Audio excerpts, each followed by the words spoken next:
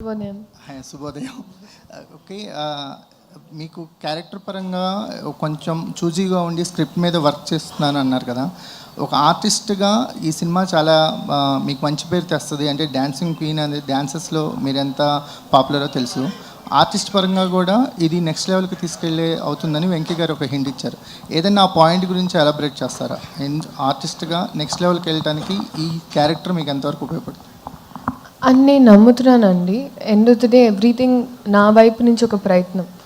So I can say that అంటే last year అయినా నేను ఒక డిక్టేటింగ్ ఎండ్లో లేను. అంటే నాకు ఇలాగే కావాలి, ఇలాగే చేయించుకునే ఒక ఐ కుడెంట్ డూ దాట్.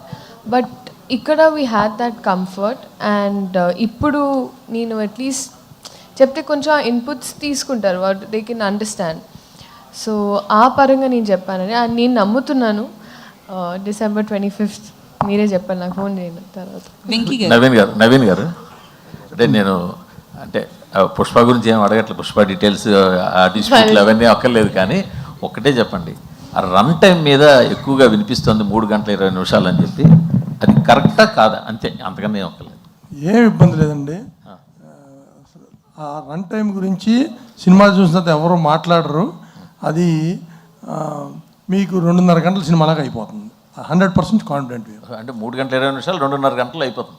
అంటే అది ఎక్కడ మీకు అదే బోర్ కొడతాం కానీ ఏమి ఉండదు. అంతే. ఓకే, అందుకని ఒక్కర్లేదు.